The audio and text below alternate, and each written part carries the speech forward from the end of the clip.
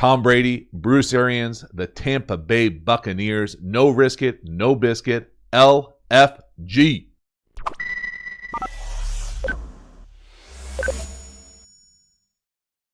Hi, everybody. Welcome to the QB School. I am JT O'Sullivan. Today, no risk it, no biscuit. We are breaking down the Tampa Bay Buccaneers, Tom Brady, Bruce Arians, Byron Leftwich, dynamic big play offense. Massive first half of the NFC Championship game. Wheels fell off the second half. We're breaking down the entire thing. Let's get it going. Welcome to the QB School. No risk it, no biscuit. My goodness, Tom Brady. 3 touchdowns, 3 picks right here. Some great third downs early in this championship. Little inside fade to Evans. Does a great job. DB, Cardinal sin, middle field close, getting beat outside. Happens a bunch this first drive. This is a great job by Tom. Again, beautiful fundamentals at the top. Lined up. Eventually, all his cleats in the ground. Just a touch inside. Great play. Evans. Again, coming across here, we can see middle field closed, man. Down here, no matter how these teams run this is kind of like, I feel like it's been in vogue because of the Tigers last year, LSU, Burrow. Up and just right here. Now, usually this is paired with either a locked hitch or some sort of slant back underneath to replace this thing. But anytime you have middle field closed and you have man coverage, it's almost always, and I mean almost always, outside leverage. Outside leverage. Again, you hear a lot of coaches talk about dividers. That just means where you have your help. If you're outside that divider, you do not have help inside. If you're inside that divider, he's definitely inside here, I would say. Splitting the difference, you got to imagine that you've got help. You got to be sure that you do not get beat in outside. So get outside eye here. Force him to go like this, just like what happens later in the game. So really paying attention to that release right here. Here it comes. There it is. Just big, physical. I mean, just a beast of a wide receiver when he runs hard and tries hard. That's a great job. Brady being able to find him on routes where he can see him run. Again, just the mechanics of within the pocket, no pressure, sorting out the point. Again, eventually gets beautifully lined up, and that's just too easy. That's dropping it in the bucket big time. Again, got to risk it on third down. Right here for the touchdown. Again, Mike Evans in the slot. Again, middle field closed. Now, it's a little bit different with how they switch this. Corner's trying to run out underneath that out route. They just got beat on earlier on a third down. But again, just paying attention quarterback-wise fundamentals. How he eventually gets lined up perfectly. Now, he doesn't get there immediately. But on this reset or hitch, gets perfectly lined up. You can see how these DBs at the bottom of the screen sort this release out. But again, right here, Mike Evans has inside leverage on a corner. That should be dead. You got middle field post player here. He gets beat. That DB again gets beat outside here. Make this throw so much harder by forcing Evans to stay inside on this corner. Then things we pay attention to a lot in this channel about throwing, how you throw these corners in the corner. Again, in the red zone, these corner routes are just a touch different than I think people normally understand. So you come up here, then again, he collisions, gets outside. That's the first problem with the DB. Then you set these corners to the back corner, right? That's where most of the pylons are if we were running it up top. But you don't throw it there. So normally you set it here, but you want to throw this thing halfway in the end zone to allow this wide receiver just enough room to bend it and to not allow that DB to cut underneath it. You see him jump right here up top. Now drawing it up top but playing it out down here to the bottom. You can see the really important angles right there. Jump outside. And then just a terribly poor time jump. I'm not sure what it mattered. Just a big, strong red zone target. But again, the accuracy halfway in the end zone. Beautiful. Nice, easy free throw. Again, fundamentals here. Watch him get lined up. I'm going to slow this thing down at the very top of his drop here. He doesn't get lined up on the drop necessarily with a fish toe. He's not lined up right there. But when he gets there, right there, I mean, he is lined up perfectly to that throw. All his cleats in the ground, like he almost always has them. And that's just no pressure, no problem. Beautiful first drive. Big time third down conversions. Second quarter, 3rd and long. Again, risk it. Massive shot this time. This is just 4 verticals with a shallow coming from up top. 3x1. Now, I'm going to tell you, this is probably not the read that you want to encourage your quarterbacks to make or make if you're a quarterback, but this is certainly getting a biscuit. A shot down the field. Give Godwin, not Goodwin, a chance to go make a play. Just a really great job. Again, this is a play that most offenses run. Great pocket movement, but that's laid down the middle. That's your guy going up and making a play. But just playing this thing out, drawing this play up a number of times. I love how they get there, shift the back, shift the wide receiver to 3x1. Nickel comes over. And again, it's just 4 verticals. And again, go, seam, that special route, and then here comes a shallow. Now, normally, if you're going to get closed here, I think this is closed, you're going to work this kind of 1 to 2. Unless you love the matchup runaway versus man or you love the shot outside. To me, he's just late, and maybe it's because he has to move. But again, this ball probably, if you're watching film with him the day after, he would say, I need to throw this to the shallow. And I think that's fair. Again, just bringing it back. Play this thing out one more time.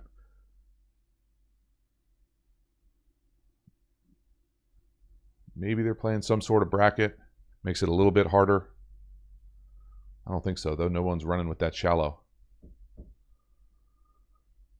Again, tough. But late down the middle. Works this time. Doesn't work in the second half. Go make a play. One more time, just the pocket movement here.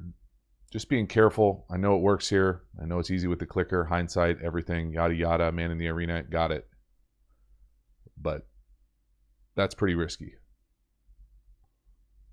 Biscuit right there. Now this is risk it. 4th and 4. Love it. Punt. No. Come out. Make them call a timeout. Now we're going to come out. And this is just 2-on-2 down here to the bottom of the screen. Now whether this is a called option or a flat, if it's a called option, this is probably not the greatest choice by Fournette. This is an absolutely outstanding 4-yard completion for Brady, or 4th and 4 completion. He throws this away from the cloud defender. So we'll draw this thing up. But this is exactly how you want to throw this ball. So what's going on here is this is just, again, we talk a lot when we get into the courses about just simple math, right? We've got 3 eligibles up here. They immediately have 4 here, right? Not great odds up top. Down here, we've got 2, Gronk, Fournette. And depending on how they sort this out, they have 2 or 3. Now, if you go inside, it's going to be 3, right? There's the 3rd one. There are the 2. So we come out here, and all we're going to do is run a variation of like a sail or a 7 corner, and then this is probably an option route. Now, I say probably because I'm not in the huddle and I don't know for sure, but if you come out here and you get cloud corner, meaning a rolled up flat defender, and I'm just assuming this is a corner, whoever this is, you get a cloud, you get a rolled up flat player and a half field player. You almost never want to run it out. It's almost always come up here, threaten it, get the first down, and put it on the body on the break. Blow the top off right there. Now, when he comes out, excuse me. Now, when he comes out and runs this out, the quarterback has to throw it behind him, turn him to protect him from himself. It's like taking somebody's keys at the bar. Protect them from themselves there with their read on that option route. Now, it could have been a flat, and it's just Brady making a great throw. Hard to know unless you're in the huddle. But this is a great, accurate throw on a massive down for the play of the game at this point. I mean, just beautiful throw. Again, pay attention to he's running him out there. That almost looks like a linebacker, a 50 number. Just beautiful. Throw it away from the near defender. Tough, contested catch. 58. My goodness. Pretty wild that they can get to a cloud look with that. Just great job by Brady being able to throw him to space. Again, watching this game live, I thought the Bucs had some issues with some stunts or games up front. Watch a little twist here. This to me is the centers playing hero ball. Now the right guard and right tackle need to sort this TE out, but the center sees it coming. See him protecting the left A gap. Sees it coming. Then he goes to help his buddy. That's great, except now someone's running through your A gap. Now it works out here because it's the near defender, but just little games to pay attention to at the interior element of the game.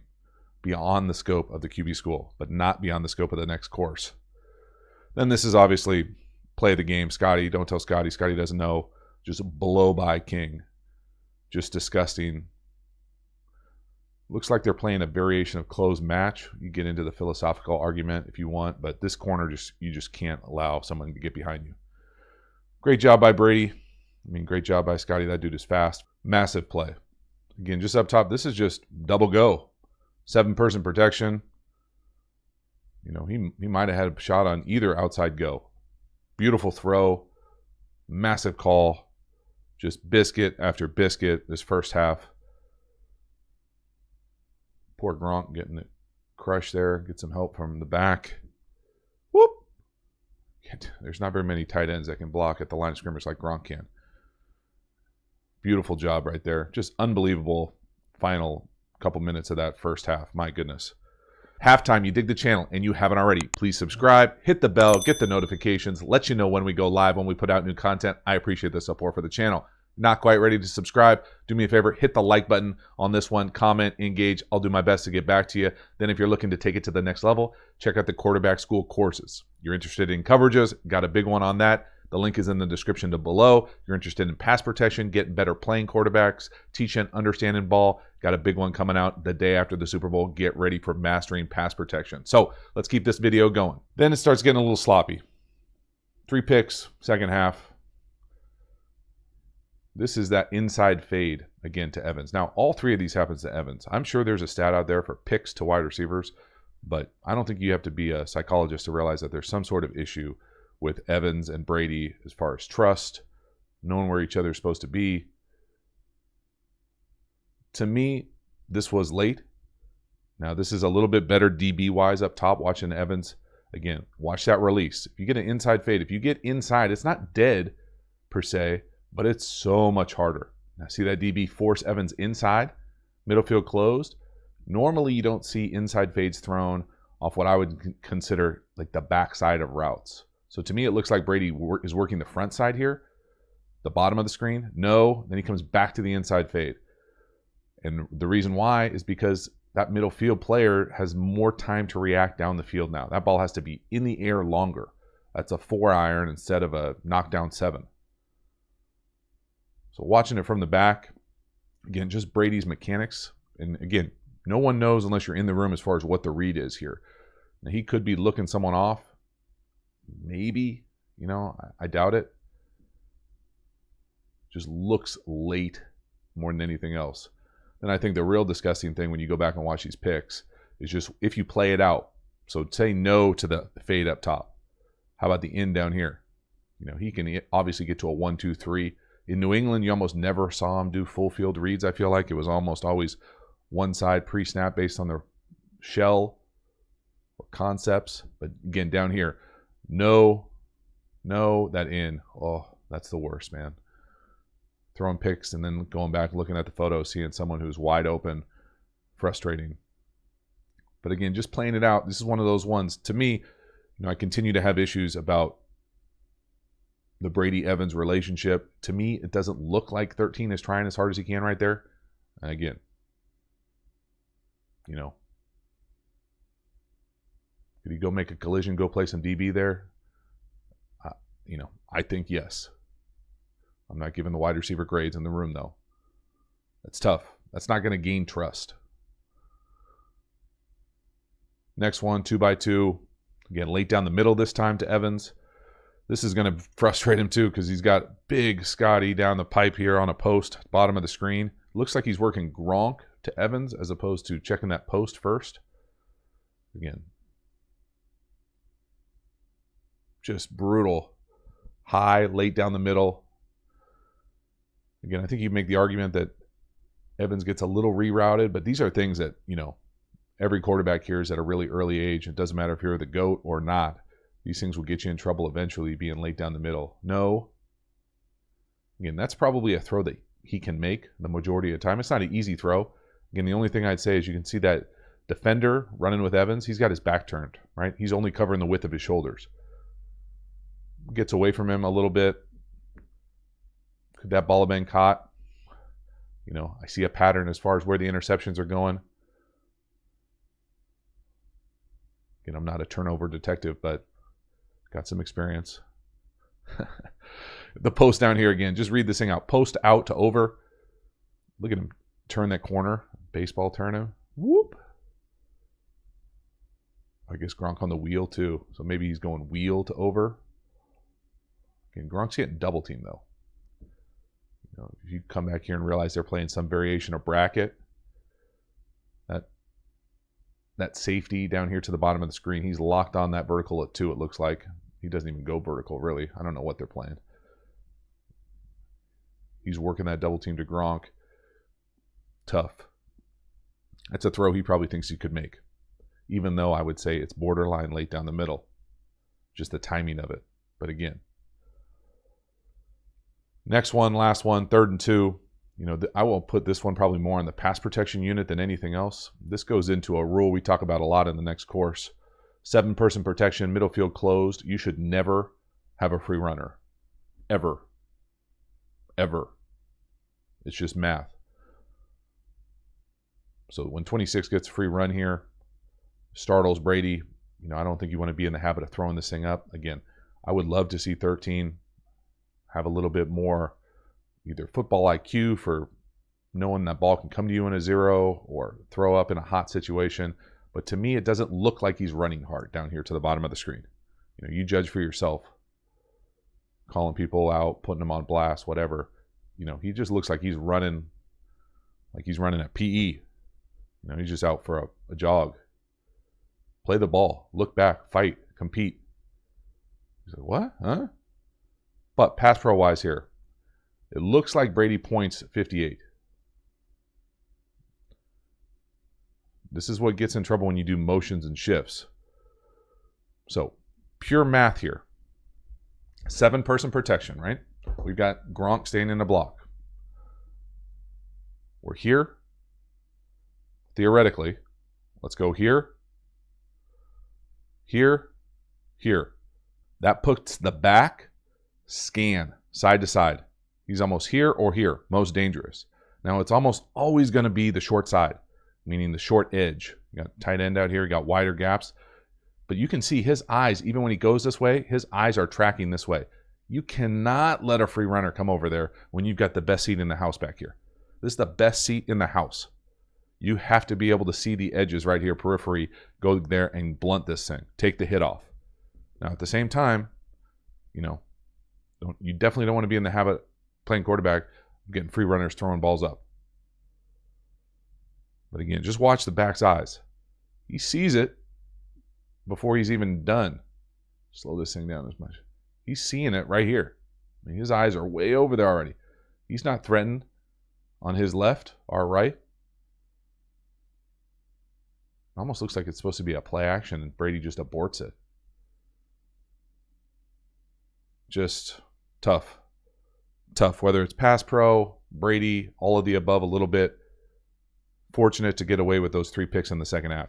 So that is a wrap. Tom Brady, obviously, the GOAT on so many different levels, but still interesting to see how he is intertwined, how this offense is structured, put together when you get an opportunity to make a big play and making the big play, as opposed to potentially when you don't take that risk with the teams that didn't win this past weekend on championship weekend. So fun to break down. Hopefully you enjoyed it. Let me know what you think of the video. I appreciate it, and I will see you next time. Have a good one.